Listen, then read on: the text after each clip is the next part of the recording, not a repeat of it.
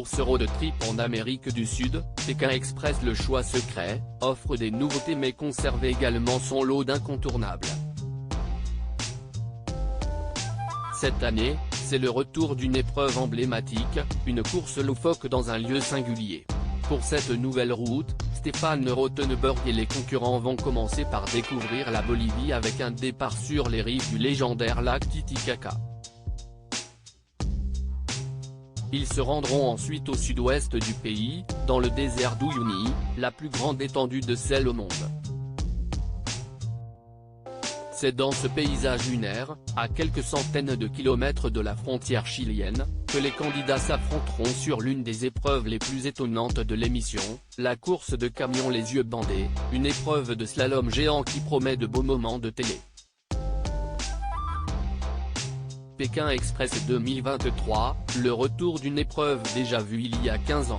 Souvenez-vous, cette épreuve est devenue mythique en saison 3, dans Pékin Express, la route des Incas, diffusée en 2008. Lors de la 8e étape, Gérard et Cédric, Pauline et Aurélie ainsi que Jean-Pierre et Joël s'étaient affrontés dans une épreuve d'immunité très salée. Les pilotes de chaque binôme devaient conduire d'énormes camions remplis de sel. Les yeux bandés et seulement guidés par leur copilote. Le but était d'arriver le premier à la fin du parcours et de décharger le sel sur un emplacement précis. Le père et le fils Gérard et Cédric, grands gagnants de la saison, avaient remporté l'immunité. Alors, qui aura la chance de revivre cette folle course en plein désert de sel bolivien qui pourrait bien porter bonheur aux candidats?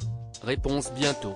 Pékin Express, des épreuves d'immunité ont marqué les esprits de nombreuses autres épreuves d'immunité, permettant aux candidats d'accéder à l'étape suivante sans craindre d'être éliminés, ont marqué les esprits dans Pékin Express car elles sont en lien avec une tradition ou la culture du pays visité, un safari photo dans la réserve de Masai Mara dans la route des Grands Fauves en 2011, des recettes de cuisine traditionnelles à préparer et à vendre à la sauvette, des mots à faire deviner à des enfants et à écrire en cyrillique, alphabet notamment utilisé par les Russes lors de la dernière saison, un blind test musical avec un groupe local reprenant des chansons parlant d'Afrique en saison 14 de la route des 3 continents, l'épreuve de ramassage de thé lors de l'édition du Haut de Choc en 2022 ou encore une épreuve de puissance 4 à travers les allées d'un vignoble à Mendoza, en Argentine, en 2010 pour l'édition La Route du Bout du Monde.